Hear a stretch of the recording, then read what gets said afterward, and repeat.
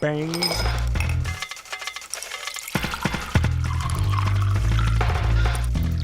Welcome to Lawyers on the Rocks. Tonight, Marilyn Mosby. Is she guilty? A jury will decide. And we are joined from the West Coast by the estimable Tony Garcia. I'm Adam Crandall. I'm joined by my partner, Jeremy Eldridge, and we are the Lawyers on the Rocks. Bum, bum, bum. We're trying out a new intro, Tony. How was it? I like it. I don't know if esteemable is a word, though, but I do like it. Estimable. We are also simulcast in Spanish. In Espanol. Go, go, go, go, go. I did just sit through 3.5 hours of not simultaneous, but what's the other one? Translation. So my brain is very much back and forth between English and Spanish, and I might be making up words for the next hour. So first off, if everyone notices, Kurt is not with us. R.I.P. Kurt, ghost of Kurt. Kurt is on the Bourbon Trail with his lovely wife, Jess. So the Bourbon Trail. I thought he was on the Appalachian Trail. No, he was on the Bourbon Trail. I thought he was hiking the Appalachian Trail. Why did you put that in quotations? That's what you do. You hike the Appalachian Trail. Is that what that you make that sound like an alibi? Don't you remember when the governor of South Carolina was hiking the Appalachian Trail?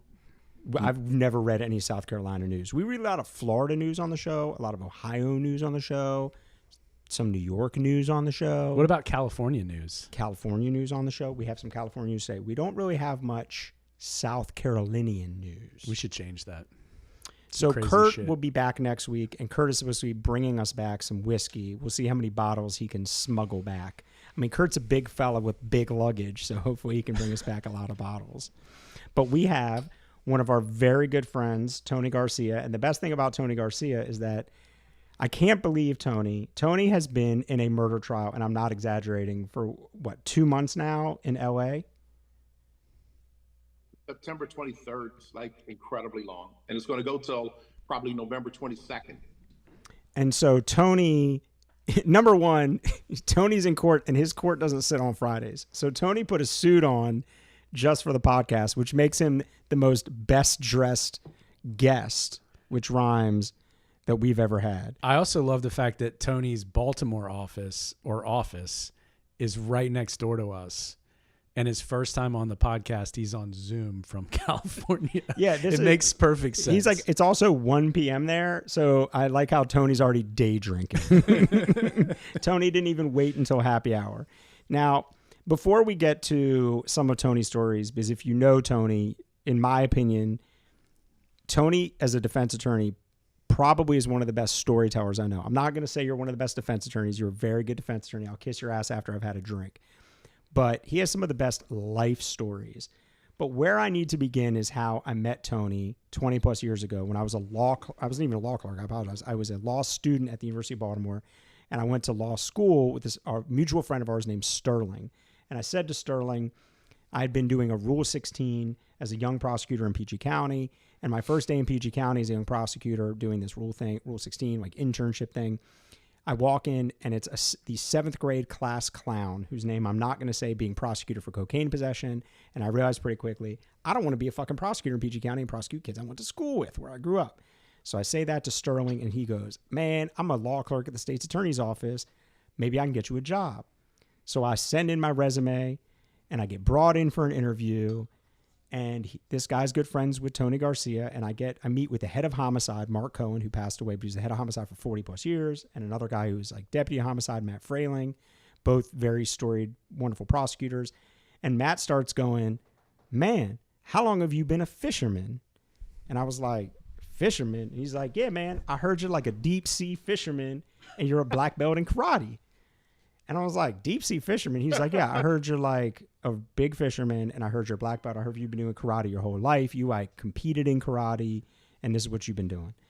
And I was like, so once they ask you that, you just kind of have to lie. So my entire career in law started with a lie where I was like, yeah, I'm a black belt in karate, and yeah, I'm a fisherman.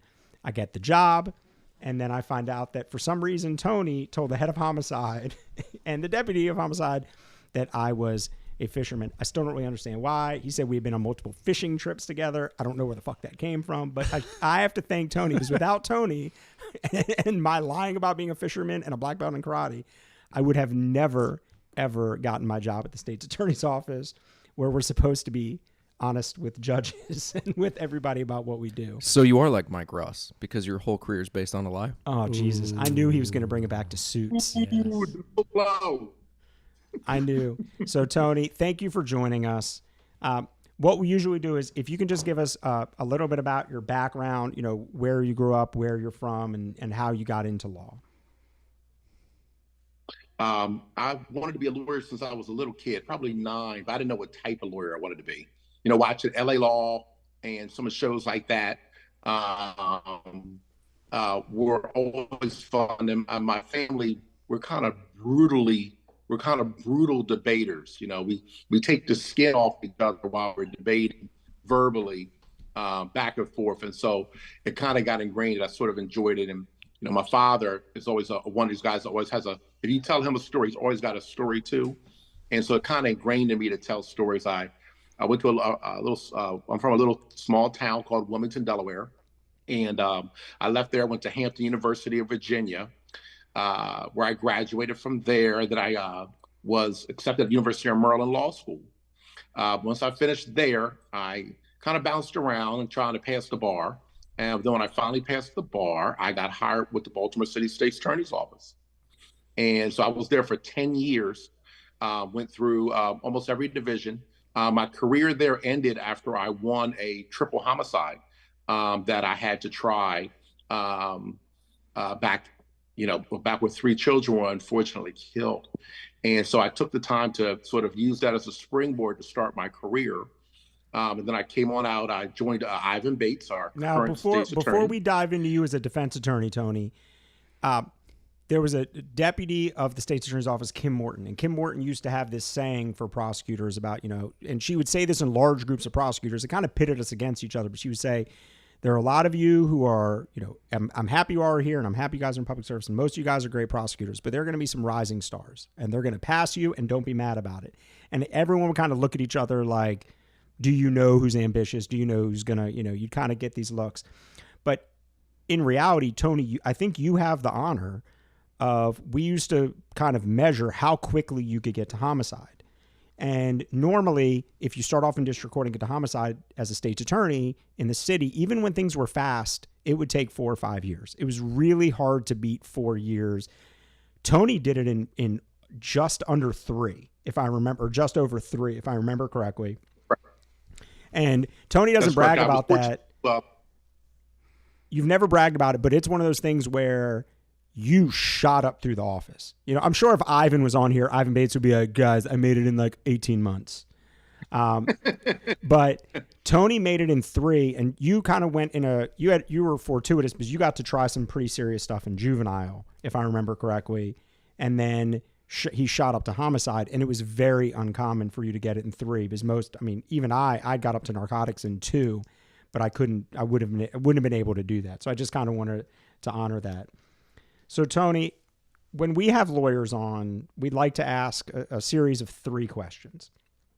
And the first thing is, with being a lawyer, right, I call this the happy hour question, because I think a lot of people as criminal defense attorneys, they say, you know, we have the best stories. We own the best stories. What do you think is your funniest happy hour story that you share when it comes to being either a prosecutor or a defense attorney? I'm going to give you that in 1 second. I'm going to just tell the ladies and gentlemen that are joining us why I said Jeremy was a fisherman. Mr. Sterling Wynn comes up and says, I'd like for you to recommend Jeremy to work at the office. But that's it. And so he doesn't get a chance to speak to anything about anymore.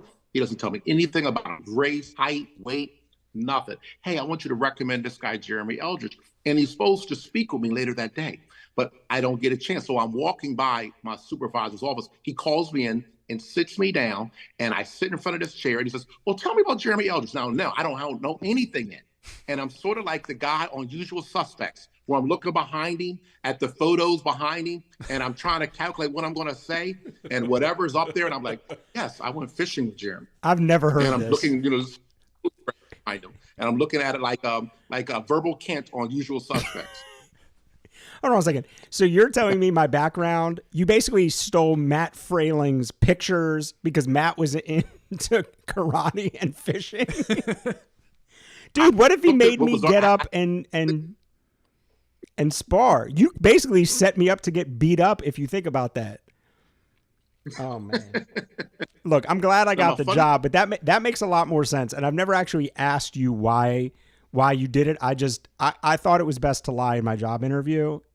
Obviously it had great repercussions for my life, but at least now I know why. So we can both blame Sterling Wynn for that.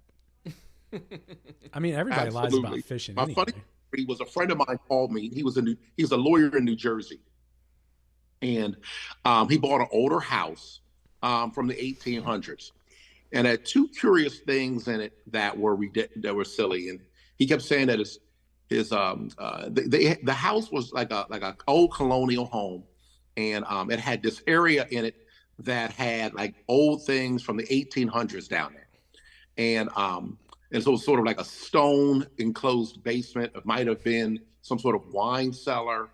And so what happened is he says, I'm really not supposed to say anything. I said, well, what's going on here? He says, it's kind of gotten around on the internet. I'm like, well, what are you talking about? He says, oh, well, we were getting rid of things in the basement, and we had these barrels down there, and the barrels were too wide to fit out of the door.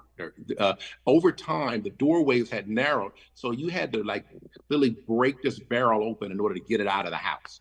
But they noticed that it had wine in it. When they turned some little spigot, they had wine. And they didn't bother to check and say, hey, I don't know how long this wine has been here. They taste it and they say, this tastes pretty good. And so that sounds safe. They drink this wine. They have some friends over. They drink the wine. Over time, this is months and months passes. Drink a little bit here, drink a glass there of this wine that's in this basement. So finally, they're out of the wine. The wine's over, and they've got to break the barrel because they can't get it through the doorway. And then when they break the barrel, they find the remains of a human body that had been in the barrel. Oh. And so I said, did you drink any of the wine, Tony? What do you say? Did you drink any of the wine? No, my friend called me and says, what should I do? And I said, well, anybody that's got any type of disease that you can think of is going to say, well, I got it because you gave me that wine. I said, I'd keep it to myself. And so did they get rid of everything, or did they contact the authorities?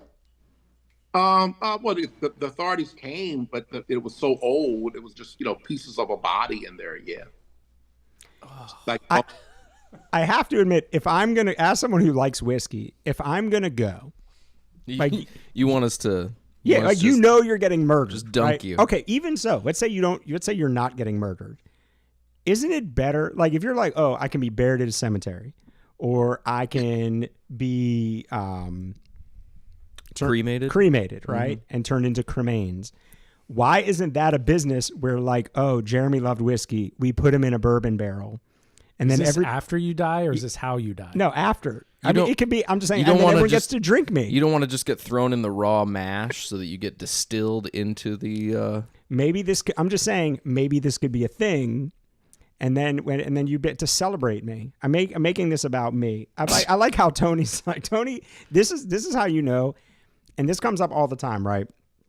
Somebody calls you and they ask for your advice, but they don't really want your advice, because our advice is usually, it comes in two forms in these situations.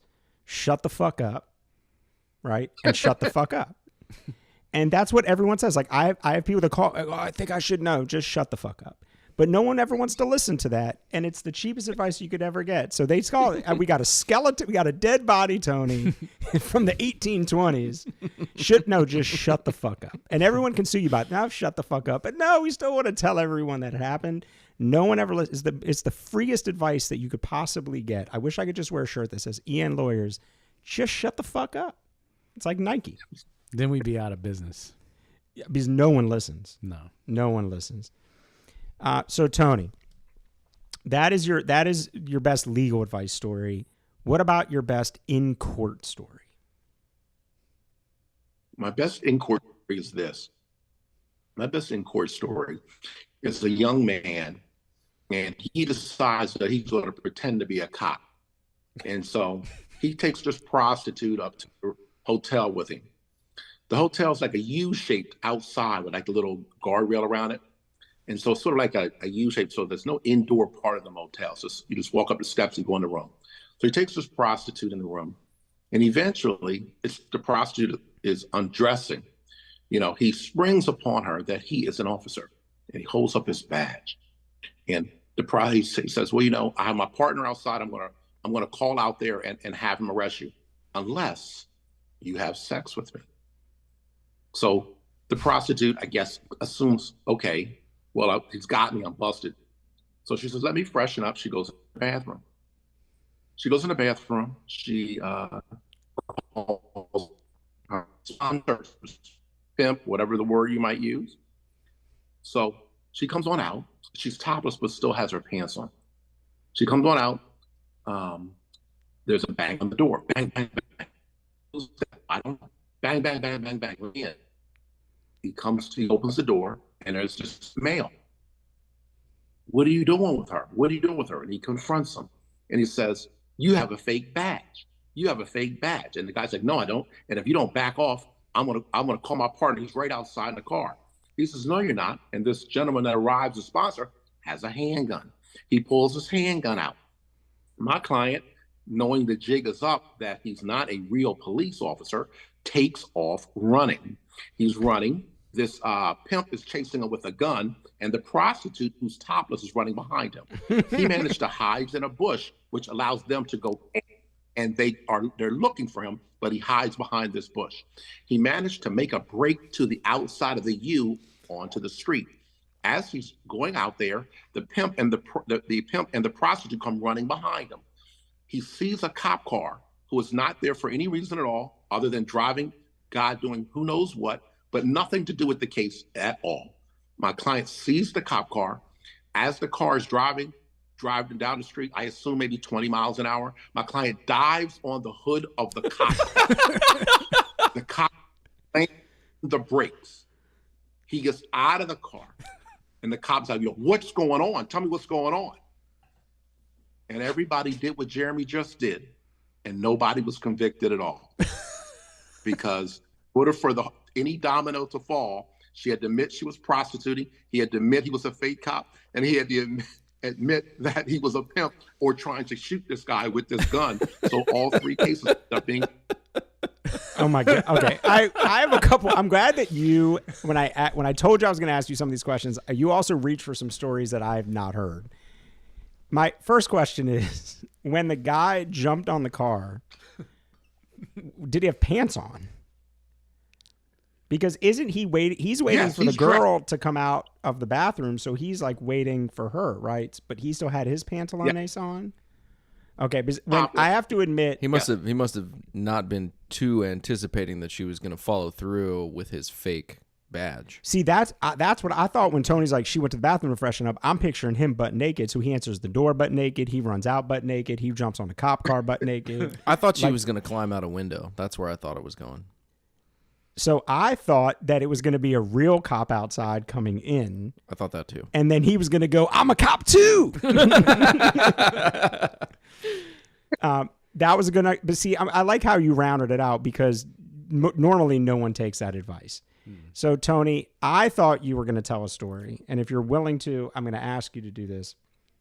I thought you were going to tell the story about the sex offense case that you handled, where you had some pretty serious issues saying and spelling one particular sexual act in front of the jury, and that the judge ordered you to go back to what do you take when you're in 5th and 6th grade, like sex ed?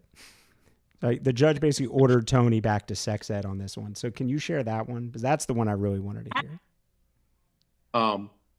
Baltimore City State's Attorney's Office a few years ago brought a bizarre case of sort of rape.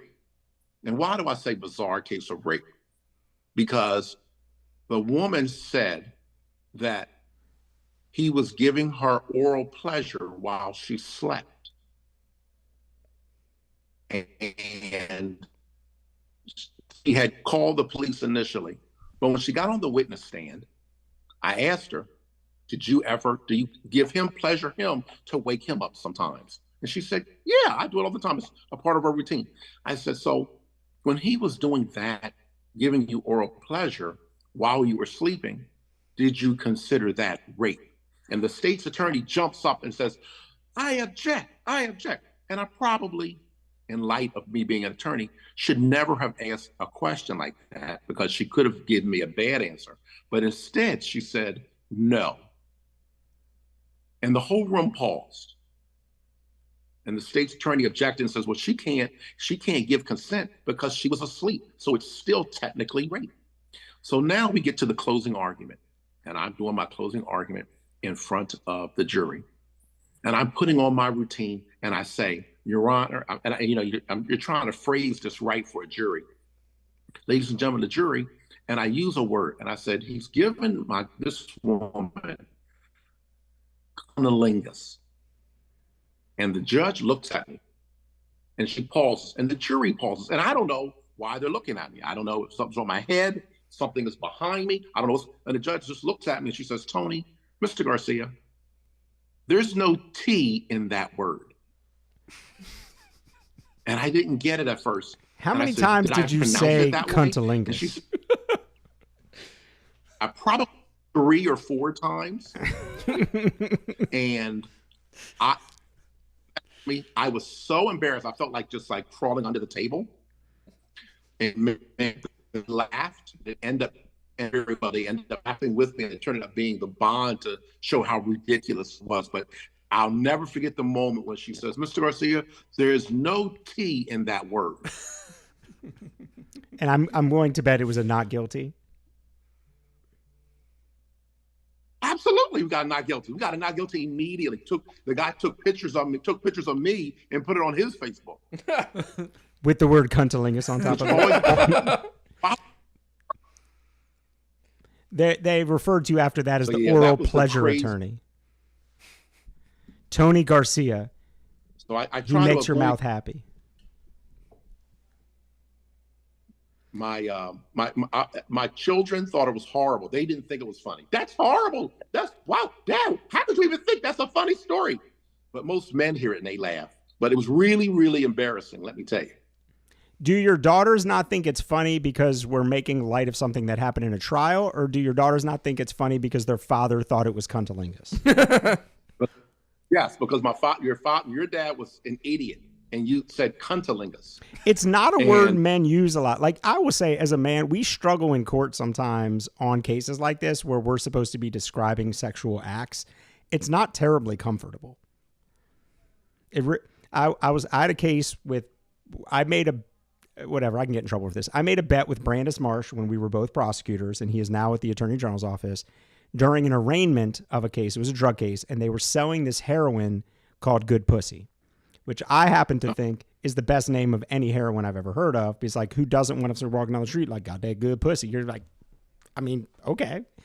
And so I bet Brandis at this arraignment how many times he could say it, over under 15. And we were in front of Judge Cox, who married my wife and I. And when we got to 11, the defendant is kind of laughing too, but the Judge Cox is covering his mouth, and I am shaking. I am fucking shaking in the first row. Because you're going to lose the bet? No, because I can't stop laughing because Brandis is doing, when you read a statement of facts for a guilty plea, you'll say, on this date, on this time. And so Brandis is fitting in everywhere he could. And the officer walked by, and he heard the individual say, got that good pussy, to which the individual, who was a white male apparent purchaser of said heroin, said, how good is the good pussy? And he just kept going. And finally, Judge Cox pulls us up there and he goes, how much money did you bet on this? And I was like, I got 4 more to go, Judge. I got 4 more to go. He's like, just get the 4 out. And so Brandis goes back, and Brandis is like, all events occurred here, Baltimore City, state of Maryland. I was like, you've got to be kidding me. So I lose the bet. But I would tell you, that is one of those times where, like, our job used to be a lot more fun back when we could do stupid shit like that. But I like doing it. Now, Tony, I appreciate you going through a lot of your background. But you are in, part of the reason I really wanted to bring you on now, because I thought it was incredibly timely, is you're in LA. I came out there recently to visit you. And we actually, just so you know, off camera, we have the illustrious Jess Rubin, your associate, having a whiskey here. Estimable. Estimable. Yeah, just to keep an eye on you. She's actually the lie detector, just to make sure she's facing me so that if I know you say any bullshit, she just gives me the wink. And, but I wanted to have you on because, and I want you to sort of give a very brief sort of like statement of probable cause summary of what the case you're handling is. But I had an incredibly unique experience where we mocked a jury and brought in actors, and I got to play one of the roles. And it was the first time in my career where we've ever brought a criminal case into the hands of a mock jury and to get an idea of how they decide. So just if you can first, and obviously you're in the midst of this trial, so I don't want you to say anything you can't, but if you can give a very short summary of the facts so that, our listeners can understand what we're talking about. The very short story is that a client from mine in Baltimore is buying narcotics from a supplier in Los Angeles. They're using the U.S. postal system. And so what happens is my client mails out a few $100,000. It is intercepted by the United States Post Office. What happens is U.S. intercept kilos of cocaine, which are also being mailed. But both inspectors are in different parts of the country, and they don't know that they are the same sort of tied together. But the point of it is that both the person in Los Angeles and the person in Baltimore don't know that the things have been intercepted. The police, in some sort of strategy in order to catch them, do it again, mark both packages as delivered when you check the tracking number online. So both persons are saying, I sent you the money, where's my product? I sent you the product, where's my money? And so this leads to a meeting which they have in Los Angeles. And when they have this meeting in Los Angeles, people are shot and killed. Unfortunately, 3 people are shot and killed.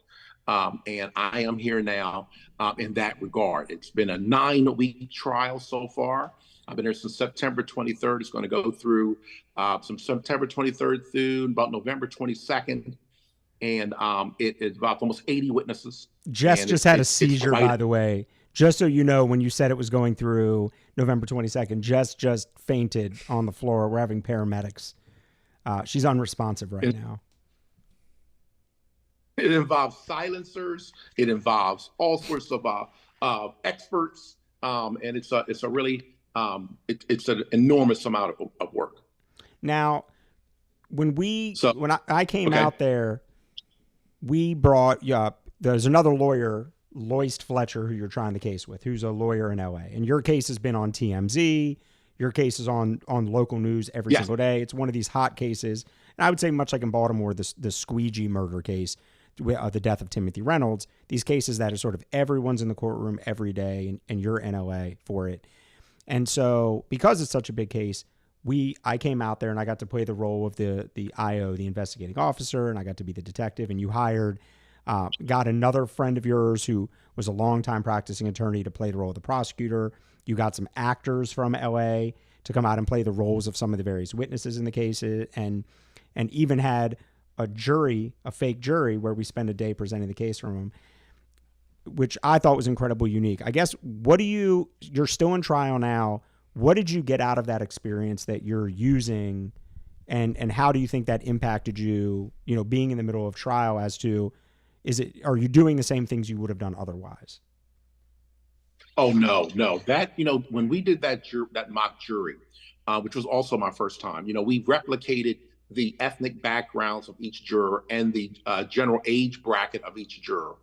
And so when we put them in 2 separate rooms, we did 2 types of closings. We did a closing in which the defendant testified and they heard it.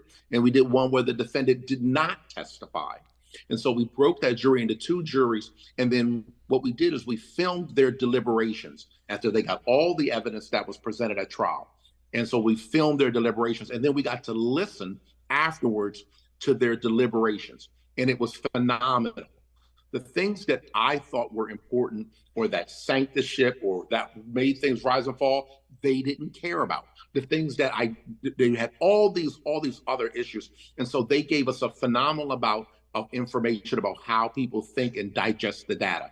And they were like, if he wanted to do it, he just would have did it this way, or this doesn't make any sense because they didn't prove this, that, and this. And so, yes, we have definitely intertwined in our case the things that the jury wanted to hear, because one jury got to say, well, if he got to testify, this is what I would have heard from, what would have wanted to hear from him if I were going to believe him. And then the other jury was like, well, I heard what he says from the actor playing him, and I said, okay, well, that part sounded credible, this part didn't sound credible, but this is how I fell on the case. And so it was a phenomenal exercise, and we'll be looking and reviewing them as I'm getting ready for closing argument. But it was phenomenal. I mean, I really recommend it. One of the things that makes it a little easier is that every single day in California, you get a transcript. So you leave wherever you're finished for the day. Within 2 hours of you leaving for the day, you get the actual transcript. So the actors in the case weren't just reading from a report and projected what they might say. We actually could give them a transcript of what the person actually said in court and verbatim. And so the mock jury then got a really good flavor for the everything about it other than the court intensity. But it was fantastic. And it really opened my eyes to doing this. In fact, I was like, man, I should start to open this business in Baltimore. Too late. We're already doing it. Yeah. We're already doing it, Tony. I'm already back in Maryland. If you want to be a business partner, Adam and I have already talked. You're more than welcome to join it. We want to do it Absolutely. Here too. I'll tell you the funniest part of it. The two things that struck a chord with me. One was, geographically, you try cases in Baltimore City or Baltimore County. You kind of know your area. You kind of know what your jury pool looks like. And so there are certain things that Baltimoreans believe that you're not going to use in a Cecil County. You're not going to use in a Harford County. What struck me in L.A. was because two of the individuals that were killed in your case were allegedly cartel members, people in L.A. had some very strong, these jurors, they had very strong opinions that were not, these were not facts that were introduced during trial. They were not facts that were introduced in the mock trial, but just their general knowledge, probably from TV and or watching the news, about how cartels operate or how they think cartels operate or how they think individuals interact with cartels, played such a heavy role in their decision-making and in their analysis of how these witnesses testified that I was a bit taken aback by that, because it's the same way in Baltimore City that you think, oh, well, people have this, for instance, police misconduct here. No one trusts cops in Baltimore, right? And so there are certain things that people accept, but I would like to try this concept in Baltimore to see if some of these the things that we think people believe here are actually what they fucking believe. You know what I mean? I totally agree. Phenomenal. That and the fact that when I played the detective, I was a detective, and Tony cross-examined me because he played the role as the defense attorney, and Tony started off by calling me officer. And I looked at dead in his egg whites and said, it's detective. And I got very into the role, and all the mock jurors started laughing, and I said, I earned those stripes. And so I had a good time, as most lawyers we're all failed actors anyway, but I had a good time playing that role. So were you guys actually reading transcripts from I was the only one that didn't. Most of the other actors had outlines that were put together or had actual transcripts that they were reading from that were the summaries of the transcripts without some of the answers. So essentially they were going through the answers. I was given an outline of what all of the evidence was because the investigating officer, the detective, was introducing a lot of that evidence. But and this is something else that was new to me and Tony trying case in LA. In Baltimore City, if you don't have evidence during trial, something we harp on very frequently, no DNA, no fingerprints. I mean, we have the CSI effect. We have a jury instruction for the CSI effect in Maryland. And out there with Tony's harping on some of these same things, and the fucking prosecutor out there goes and gets some of the DNA tested and goes and gets some firearms evidence tested. So every time, what's really crazy about this case that Tony's trying is every time Tony throws this haymaker of a Mike Tyson punch, The prosecutor's like, oh, don't worry, the trial's still 3 months going on. I'm going to go ahead and just try to get the shit tested. And in reality, it's helping Tony's case because the evidence that they're testing doesn't benefit the state at all. And it kind of makes them look foolish because here you are, day 14, in my opinion. And we'll see when the jury comes back in Tony's case. But at day 14, they haven't tested the evidence. Is there no such thing as discovery in California? I told Tony, I think Tony's going to win. But if Tony loses, you have to wonder, and we've talked about this, and Jess is here to say it, and we're all kind of trying to help out in our little parts with Tony being abroad, or not abroad, but on the West Coast, but it feels like you're fucking abroad right here in another country.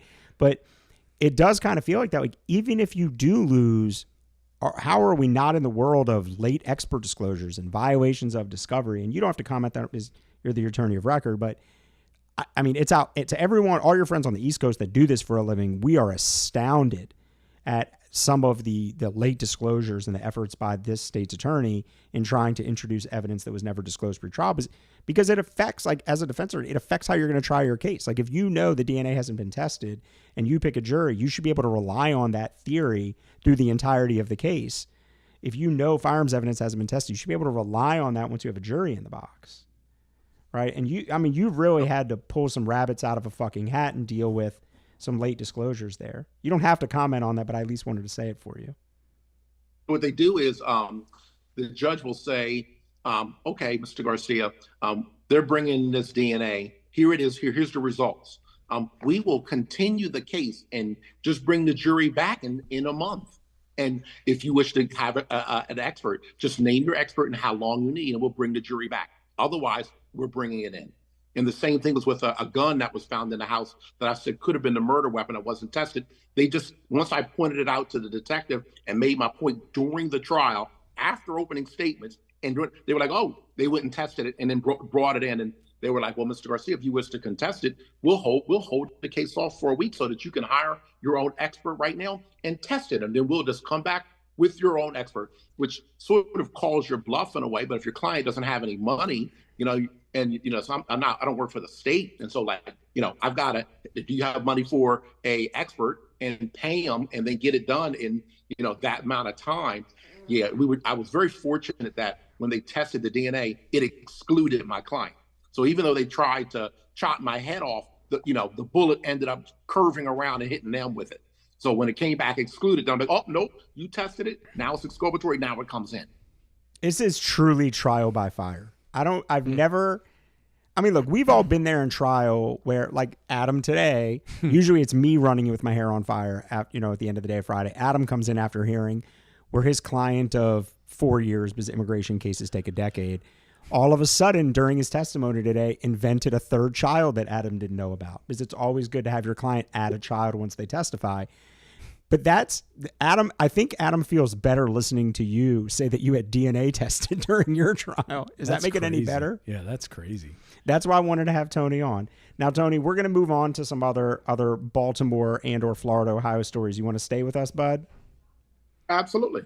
Now, real quick though, before we move on, Tony, I did want to plug for Jeremy here, because I know he's very humble when it comes to these things. Oh, Jesus. But if TMZ is looking for anybody to comment on the trial that you're involved in, Jeremy, I don't know if you knew, but he does like talking to news outlets, and I think he would love to be a TMZ commentator. He's such an ass, because I finally got to be on the news every 3 times. Fucking day. I was on the news 3 times on Wednesday, like 3 different segments, and I had 3 different outfits on. One of them I didn't have pants on, because morning news I never wear pants, just to put it out there. I top up dress, like not naked, but just like no pants, But I was on the news 3 times, and so Adam knows I'm kind of feeling myself this week.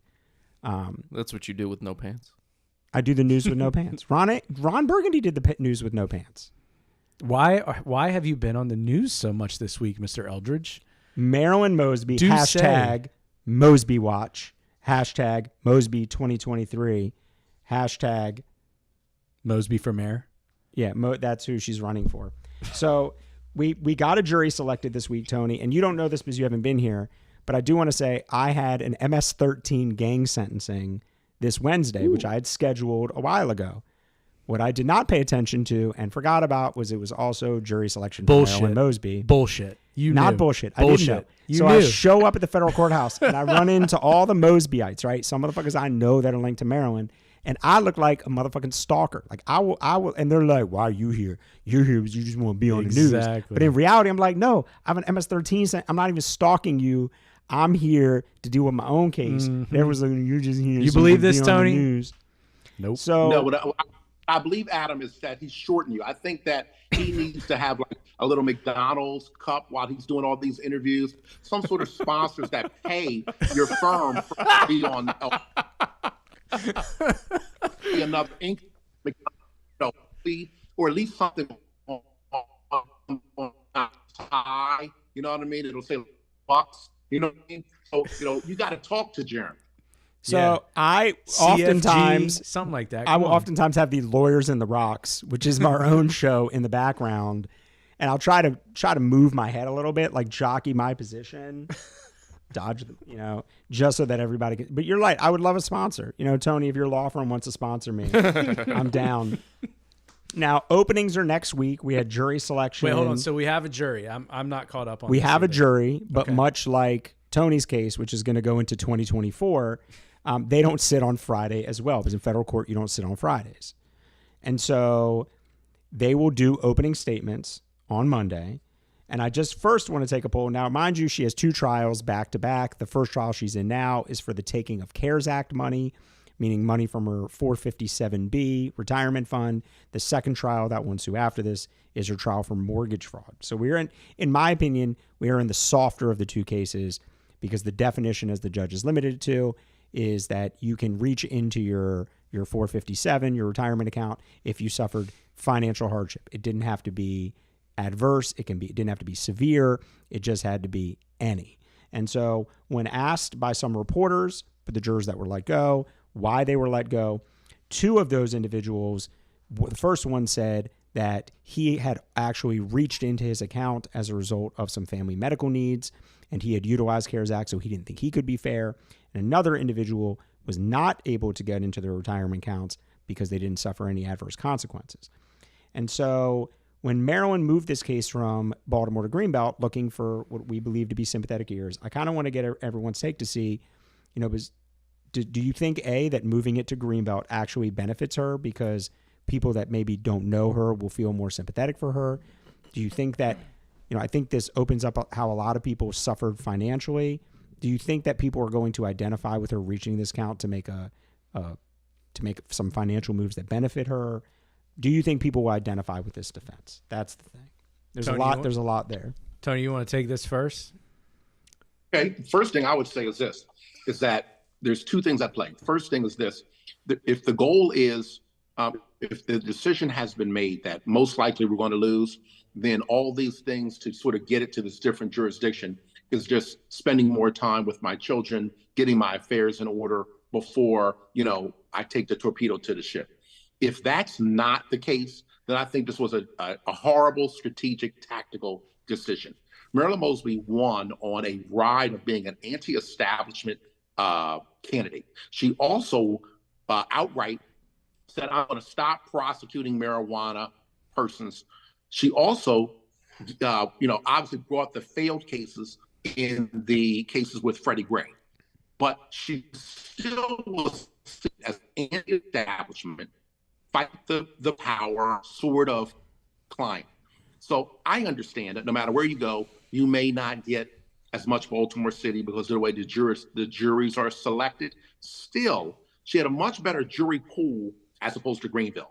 Greenville, Greenbelt, she's just another person that's up there being tried. The only thing she gains by being in Greenbelt is less media coverage. But other than that, I thought she would have had a better chance in Baltimore City. All you need is one juror, just one, to say, to hold a mistrial or to hold things up. She doesn't have to have all 12. And I know that the jury pool is vast, but in Greenbelt, there's nobody from Baltimore on there, nobody. And so the best juror for her, in my opinion, would have been one of those persons that, if she were lucky enough to find an anti-establishment person, and there are plenty of them that might, be sympathetic to her, that everybody sort of does this sort of thing and it's her money. And, why are you picking her out unless it's political? I just think that juror doesn't exist in Greenbelt.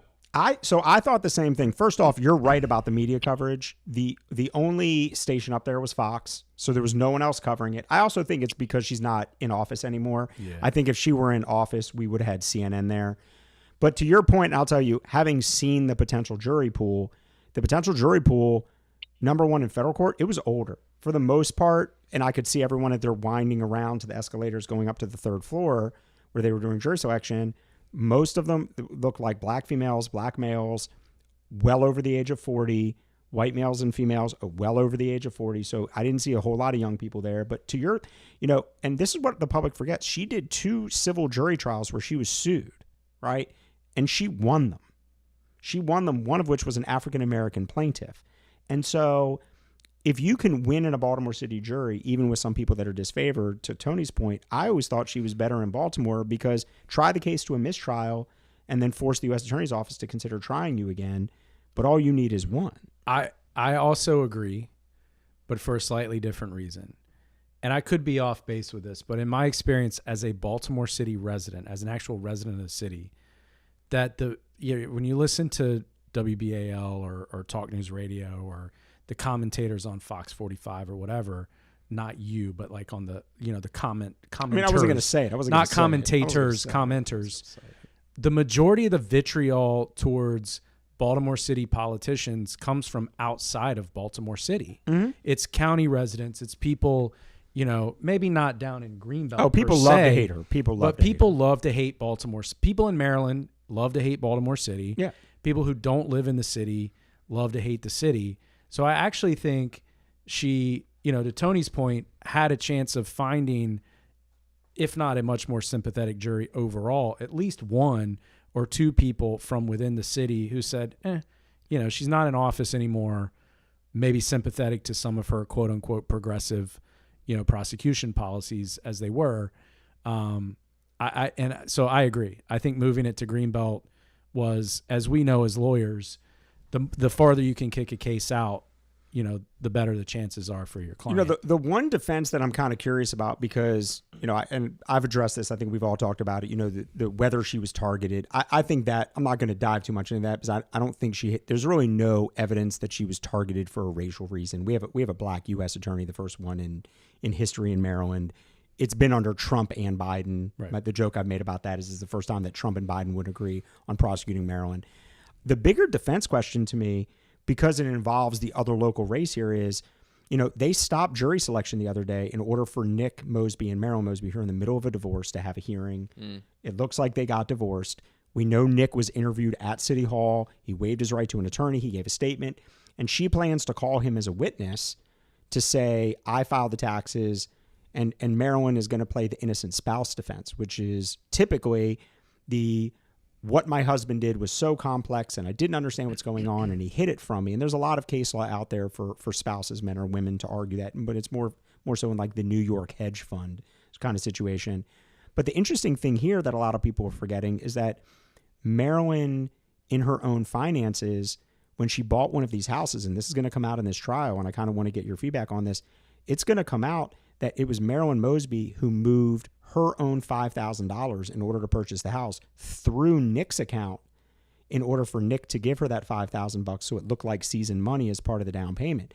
So how do you think it's going to look to jurors when you call Nick Mosby to say, well, you didn't know about the tax liens that we had as a couple, and I filed our taxes, and I'm so unsophisticated, even though I'm the state's attorney for Baltimore City, when I help launder money. And that's something that obviously isn't sitting well with me, but I'm kind of wondering, how is this going to play? When is that a reason to move it to Greenbelt? Because does that create the vitriol that a lot of Baltimoreans didn't like about her when they elected Ivan Bates?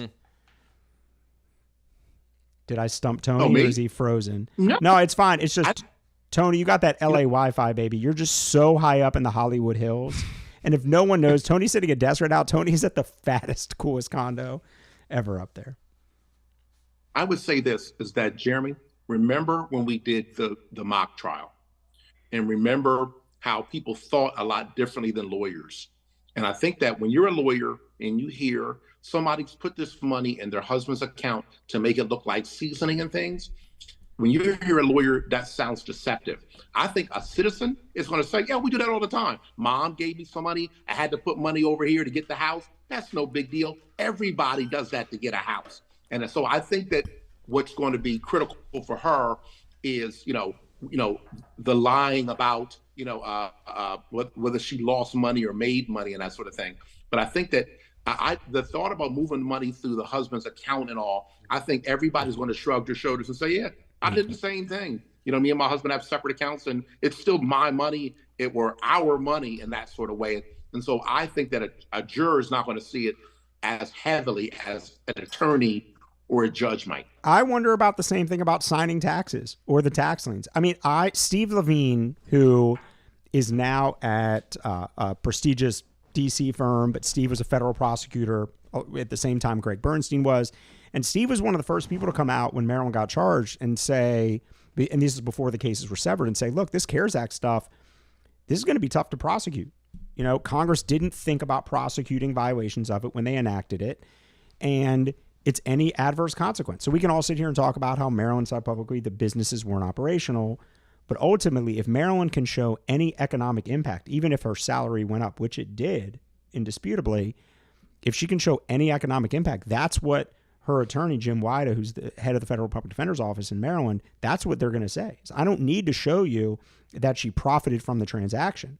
All I have to show you is that she suffered in one way economically, and that gives them a story to tell the jury. I don't know if it'll work, but going back to your thing about a mock jury, I don't know what the fuck they care about sometimes. But that's separate from the mortgage case, you're saying. I mean, we're kind of combining these two concepts, are we not? And I think I are, only because even though they sever the cases, a lot of the evidence in both cases is mutually admissible. You're going to be hearing some of the same stories in both of these cases. I don't understand, and no one's been able to answer for me, why or how the case about the CARES Act money went first. But I would have to assume, given my limited knowledge of the facts in both cases, that I would have tried if I was the government, I'd want to try the mortgage fraud case first, because it's a document-laden case. Mm-hmm. Most of it involves the documents that were drawn up and handled by Marilyn Mosby personally, and you don't run into this somewhat, I don't say ambiguous, but broad definition that you get in the CARES Act case. And so I think there's a possibility, not to say that I want it, but there's a possibility that she could win the first case. I just don't think in the second case she has a shot in hell. So I'm surprised. Normally as prosecutors, if you have your druthers, you put on your strongest case first. Right. And then if you have multiple cases against a defendant, which oftentimes you do, especially for instance in rape cases, you'll put on that strong case first to protect your victims in the other cases, or to protect your other cases, knowing that it's going to be a tough road. I tried not to say tough road to hoe. I may, on the Dan Abrams show the other night, not only made a Goldilocks and Three Bears joke, but also said a tough road to hoe. And I was told and corrected by my stepmother that I may have gotten that phrase wrong. Wait, you were on Dan Abrams? What's the actual phrase? It's a tough road to hoe. Row to hoe, not road. You don't hoe a road. What?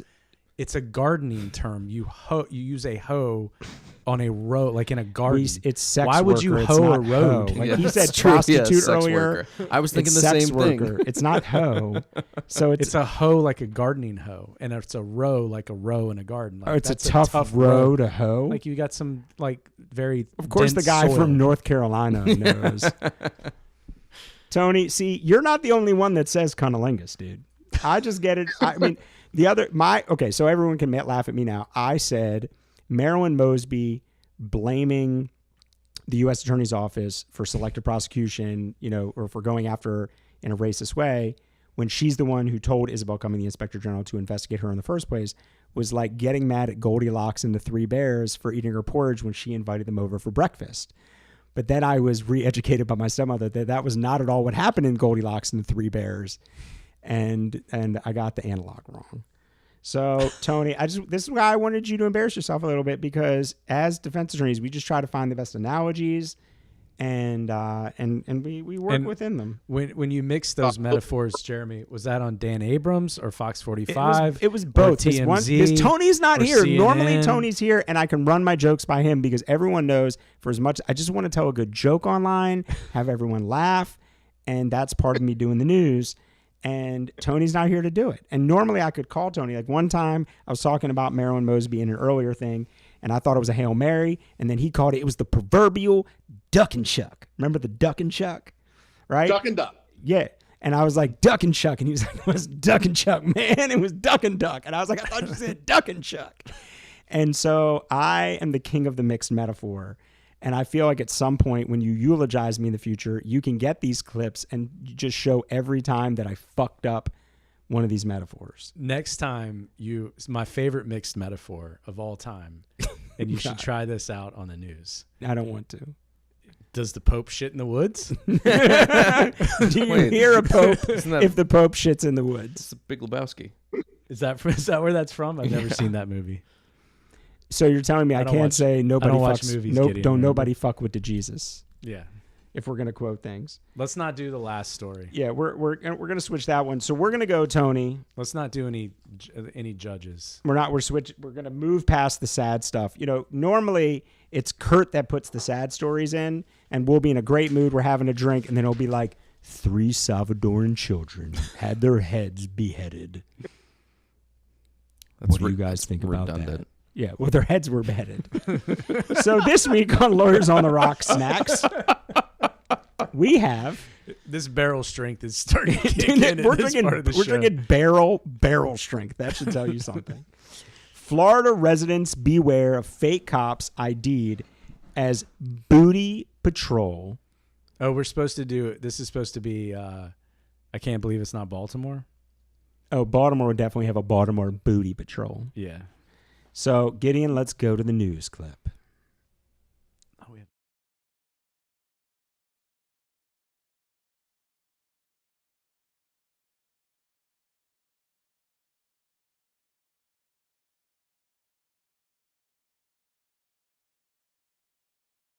That Southwest Florida man is accused of impersonating a police officer, all because of his white Chevy truck outfitted with red and blue flashing lights, even has decals that make it look like a U.S. Border Patrol vehicle. But instead of saying Border Patrol, it says Booty Patrol. Yeah, big difference. NBC2's Gage Golding is speaking with the man behind the wheel who says he's just trying to make people laugh.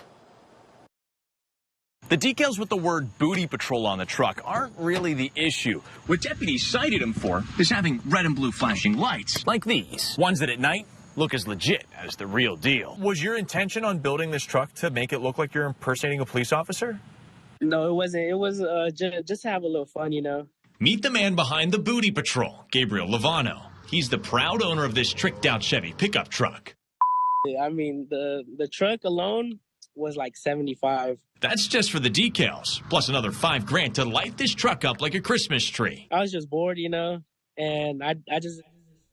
Now, look, we put this video up especially for Adam Crandall, who sent us this story, because you can talk about how amazing the Booty Patrol is, but the first thing you have to say that the newscasters never mention, it's a 3-minute segment, is that he took what emblem is actually on the car, Adam? Because you deal with them all the time. Oh, the Border Patrol, right? Yes. Yeah. It's Border Patrol, and it is the real Border Patrol logo. Yeah, He just changed the word Border Patrol to Booty Patrol, but it's the real emblems on the car, and it looks like one of those fucking pickups at the border, right? Yeah. I love it. It's genius. So the question is this illegal in Maryland? Number one, it's 100% illegal. You cannot put the flashing lights on. Right. Mr. Luviano is lucky that it's only a civil penalty. Is it any flashing lights or specifically blue and red flashing lights? Blue and red. It is any flat. First of all, you are not allowed to adorn your vehicle with any other flashing lights. You can't put them under the car. Those are what we called. Define flashing. How quickly does the light color need to change in order for it to be It's not just flashing light? lights. We're talking about two separate charges. One of them would be a repair order. For instance, when you see the Fast and Furious kind of cars with the lights underneath of the vehicle, those are actually unlawful. I think make the cars easier to see, and I think we should change the law if that's I don't illegal. disagree with you at all. In fact, I think they should play music while they drive by. They're amazing. But that is illegal. When you're talking about impersonating a police officer, the interesting thing about this charge, which is far different from Maryland, is there is a traffic code violation under the transportation article for having the police lights. But then in Maryland, impersonating a police officer, which Tony was talking about earlier in his story in the hotel, that is a criminal charge that carries jail time. So Lou Viano, which if you look at the news piece, was only cited under civil penalty for $150. He was lucky. In Maryland, if the cops were being pricks, that he'd be looking at real jail time and the impounding of his vehicle, the forfeiture of his vehicle, and then also numerous code violations for his car. So it's really just the flashing lights, because this reminds me of a story we did about another Florida man years ago who had, was it Ass Man? Yes. On his truck? Yes, he did. And that was a First Amendment. No, it was I eat I eat ass, yeah. which I thought was just him being nice and telling people, like an advertisement, like, by the way, yo come culo. Is it exculpatory? Yeah, 100%. Like, how can you get mad at him? So, Tony, you may not remember this, but there was a guy who got pulled over, and they charged him because he had an I eat ass sticker on his truck, which I genuinely, like, you should be able to pull over a guy that has the testicles on the pickup truck. Those are definitely more offensive. Way more than offensive. a bumper sticker.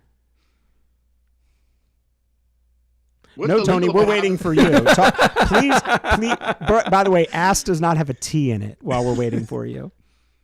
I don't understand why that sticker's not a First Amendment thing. I don't get it. They ruled that it was, but can you imagine, first of all, isn't that the case that you wish that comes in? Like some guy, for all the bullshit that we get, all of our friends from high school that write you on Facebook and talk about how I need help over some dumb shit. Don't you wish your rich friend came out of nowhere and he's like, look, Jeremy, look, Tony, look, I sold my IT company for $20 million. I have 4 I eat ass stickers on the back. In fact, one of them is a guy eating ass on his knees, just chomping on some butt. And they told me to take them off. Unlimited budget, and I want you to go to war all the way to the Supreme Court. And I want you in front of Sonia Sotomayor to talk about comiendo culo. Like, that's your dream case. Oh, man. You know what I mean? I think Ms. Rubin and I had a case where the people were getting married in Baltimore County. And I don't know how the vows are supposed to go, but something breaks down in the vows. And so she tells the guy, he's married to a very heavy set man, probably over 350 pounds. And she screams at him that the back of his head looks like a tit. And then she hits him with her phone charger. And he is charged with assault second degree. And the sad part is, I think Ms. Rubin can confirm, once you saw them, you couldn't unsee what she said. Okay, hold on a second. This was during the wedding? Let's unpack this. For a second. This is why I wanted him on the show. Like, y'all thought I was bullshit when I'm like, Tony, like, Natalie Finnegar's next door. Natalie has great stories. John has great stories. No one touches Tony's stories. It's not because, like, John will tell you some shit about motherfuckers murdering some people. Natalie will talk to you about crazy people. Tony's going to bring you some shit about some dude's head looking like a titty. Here's the thing. Is it like the poster at the mall where if you kind of let your eyes go a little bit and lose focus, that you see the dolphin? Because I had trouble with those for a long time. Is that what it is? Where you're like, oh, his head does look like a titty. Or is it you get right up on his head and you're like, oh, yeah, that's a titty. No, that's a question, man. I'm asking you. There was no objection. You need to answer the question. It looked like that little fatty material on the back of his head was so big and it sagged that it just looked like a boob hanging on the back of his head.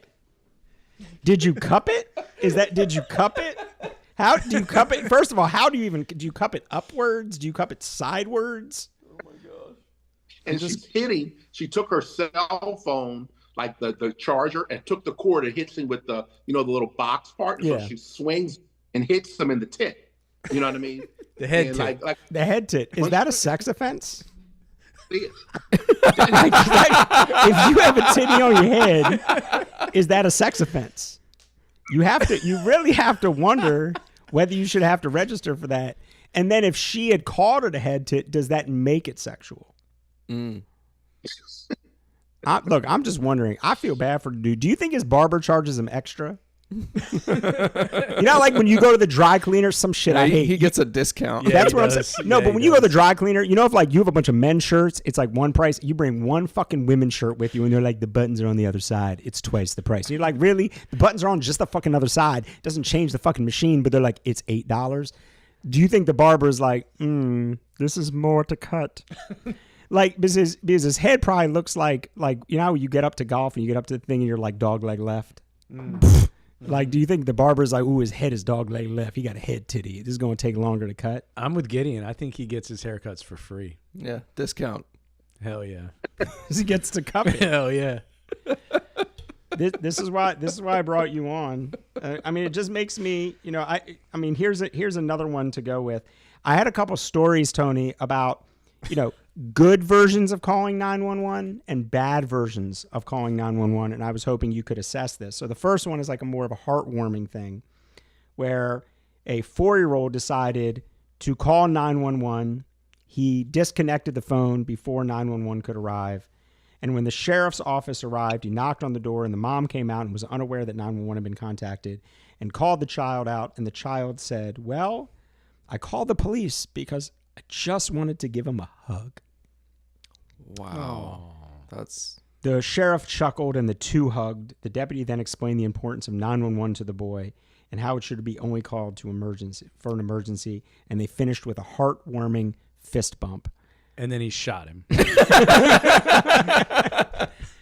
So I thought of this story because I represented a woman who was mentally ill and kept calling 911 saying that her neighbor was shooting her house with a potato gun and her house was being pelted with small arms fire. And she had called 311 or 911 300 times, and she had been charged with calling 311. So I just wanted to tell the story to say Small arms, so they were like the little, they like were new little potatoes? baby arms. Fingerlings. They were little tiny No, baby fingerling arms. potatoes. Fingerling, small arms fire. And I wanted this to, you know, I have another story to buttress this with, but I wanted to tell people that, you know, there are actually people that are charged with calling 911 hundreds of times, and we represented one of those people that did it. But what we haven't represented, Tony, was a deputy who sent an explicit photo of his genitals. See, that's why you say cunnilingus. Genitals is another one of those words that we don't see used a lot. Genitals. It's hard. Sometimes I get genitals and Gentiles mixed up. Deputy sent That's explicit photo of two his different sides of the Gentile genitals. That's like how Ron Burgundy warms up. Gentile genitals. Gentile genitals. To suicidal woman he met on 911 call. Oh my God. It's so horrible. Patrick Walker. That's a Gentile name. Also paid the 21-year-old woman $400 for a pornographic video she made of herself. Walker was sentenced. Why are you laughing so hard? I'm saying that to you. It's so hard to say this. Gentile genitals. Wait a second. I'm sorry, Tony. Jess isn't laughing because women don't find this show funny. She's our own little mock Here we jury go. over there. It's She so has- horrible. She has judged us accordingly. Oh, is it hot in here? Walker. Walker was sent in July 22 to a Colvin at risk. Help me. Oh my God. I'm sorry, Tony. You have the show notes. Can you help me? Walker was sent in July 2022 to a call of an at-risk missing woman, 21 years old, who friends feared was going to commit suicide by overdosing on cocaine and fentanyl, which I have to say is like taking an elevator up and down at the same time. You can't kill yourself if you're going up and down at the same time. You just stay in the middle. It'll keep you sober. After Walker and other deputies found the woman, she was taken to the hospital where she stayed for 3 days on a mental health hold. About a week after her release, Walker, using his work phone, began texting with the woman about her drug use, past sexual abuse, and mental illness. He's texting her, hey, are you up? Or down? I'm almost 40 and still act as an adolescent teenager at times, ruled by my... Oh, you censored that. Genitals. Walker said to the woman, according to the Internal Affairs document. Eventually, the woman said Walker agreed to pay her $100 for each nude photo of her, and he sent her photos of his genitals. She told investigators she sent Walker a pornographic video of herself, but Walker said he would not pay her for it. When she threatened to report him to his superiors, she said Walker paid her $400. That's like doubly dumb. What dating website do you go to? Like, have you run through all of them? Have you run through Tinder and Grindr and JDate and Christian Mingle and Plenty of Fish to the point where, first of all, I didn't know cops answered 911, but how do you think it's a good idea for me to start a sexual relationship with someone I met on a 911 phone call? Yeah. Right. He definitely took a shot, didn't he? I'm like how you went to Alexander Hamilton, like, I'm not going to miss my shot. Yeah, this is something that did happen in Baltimore, because the story we never got to do was the cop who was videotaped cheating on his wife and then climbing into the back seat of his patrol car with another woman. Yeah. So I'm going to go with this definitely happens in Baltimore. What'd you say, Tom? I'm sorry, was that your client, Tony? No, I saw that. And somebody, what bad luck to have somebody completely unrelated captured on video. I mean, simple rules that police officers should follow. One, I don't know, not trying to fuck somebody you met on 911 call. I don't know. Number two, not trying to fuck someone in the back of your patrol car. Number three, not trying to fuck somebody in the back of your patrol car. I mean, is it also considered paying for... Well, no, I guess if it's just pictures, it's not. I'm going to tell you this now because we are so act. outside the fact. When I was a prosecutor, there was CCTV footage being passed around the office of two cops that got caught fucking downtown in the back of a patrol car. Like, rule one should be, if you're a cop, don't fuck in the back of a patrol car. Like, there are a million other places. No, but there's one exception to that rule. Is there? There is. Really? If it's a booty patrol car. Tony, I want to say thank you for joining us. You are a fantastic guest. Your internet was as spotty as your underwear, and I appreciate you coming on. Love you guys. Love you too, so, brother. Tony, I noticed you didn't have a drink in your hand, or maybe you did off camera, but this is the point of the show where, all right, good man. Gideon, you want to lay on? We never did the what are we drinking today? That's true. What are we drinking today, Kurt? I'll do it for us. Today we were drinking Barrell Bourbon, cask strength, batch number 28. Is this something you brought in? So Barrell is my favorite. Barrell and Bardstown are my two favorite bourbon companies. What I love about Barrell, before Gideon does the tasting notes, because I don't want to dive into it, is that, first of all, they do a New Year's bottle every year, which is just absolutely fantastic. Barrell was a company that was started, and they brought in the guy from Whistle Pig before he passed away. And so you already had sort of somebody in would you say estimable? Estimable. We lost Tony. We lost Tony quick. Tony's been kidnapped. We should probably send a cop to have sex with him in the back of a patrol car. Someone called TMZ. Tony's missing. Tony is now missing. But what I like about this whiskey is that, A, it was done by somebody from an established brand. And the other thing is, on the back of the bottle, and I've never seen any other bottle like this, it tells you whether it's from Tennessee, Kentucky, Indiana, whether it's blended, whether it is just one of those states. It has to be part Kentucky, so you kind of hunt the Kentucky bottles. And Barrell, I just think pound for pound, it used to be a $70 bottle. Now it's about a $100 bottle. But I just think pound for pound, it really is like Bardstown, one of the best whiskeys you can get. I throw McKenna, as far as the 10 years, just to say it, McKenna 10 year, which used to be 25 a bottle and is now 70. There are a few bottles, in my opinion, that stand up on a 10 year to Barrell. Yeah, I mean, their Barrell Sawgrass Rye is the best rye that you can buy, period. I'm going to kick this to Gideon pretty quickly, but I will say you were not in the room when Gideon and I took our first sip, and we both agreed that this is really, really tasty. And Gideon will get to the flavor notes, obviously, but the fire happened like on the back end. Yep. And man, I had to go to a cube after a couple of sips, and with a cube it mellows all of that out. But man, really flavorful. But even the cask strength has flavor. Like you can go to stuff like the Prohibition era, and I'm blanking on it. Was the stuff that I had in the decanter. Mm-hmm. Where you go to that you go to the stronger stuff, the high octane. You get the high alcohol. You get the cask. Sometimes you get more of the alcohol and less of the flavor. You get a ton of the depth. So let's go to the weatherman. Yeah, I mean, I don't have a whole lot to say about this other than a lot of what you were saying, which is that I was shocked, I think initially, that with a cask strength bourbon, how rich the flavor is. Like this is a little bit overboard, but like I was thinking, like it's almost like there's so much flavor, it's like sucking on a Werther's Original, right? Like there's no missing flavor here, even in the midst of the heat and the spice that's coming off. It's about 108 proof, so mellow it out with an ice cube or some water if you like. I managed to drink the whole thing straight. The heat, like Adam said, really hits you on the back end, goes down your throat and your chest, which is really nice. The almond is the one flavor, and I cheated because I did print off the tasting notes from the website, which I didn't want to show you. Having read them, and sometimes you get in that dichotomy of like, am I tasting them because I know they're there or because I read it? But what I would tell you that I noticed is the almond flavor, which is a really pleasant flavor, really comes through.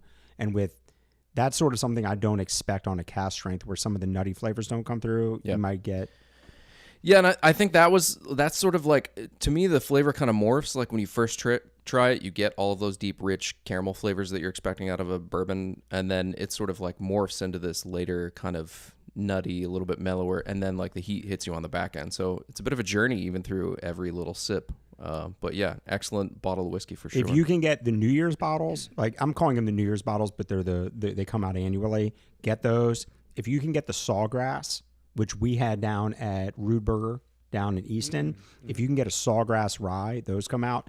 It is pound for pound the best rye on the market without a doubt. I mean, so I'll just say this is. I mean, I know I'm partial because this is my favorite brand, with Bardstown, but their stuff just year in, year out. And what batch are we at, Gideon? They're at 35 now. This is 28. Something like that, yeah.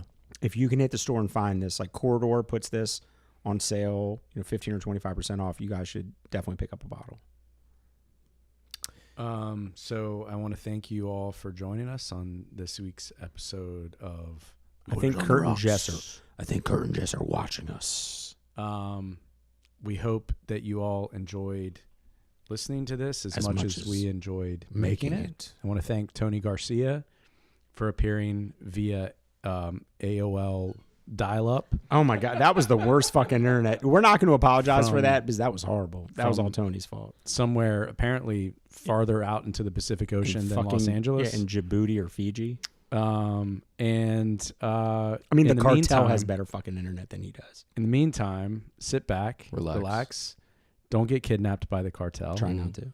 Until the next episode of Lawyers on the Rocks.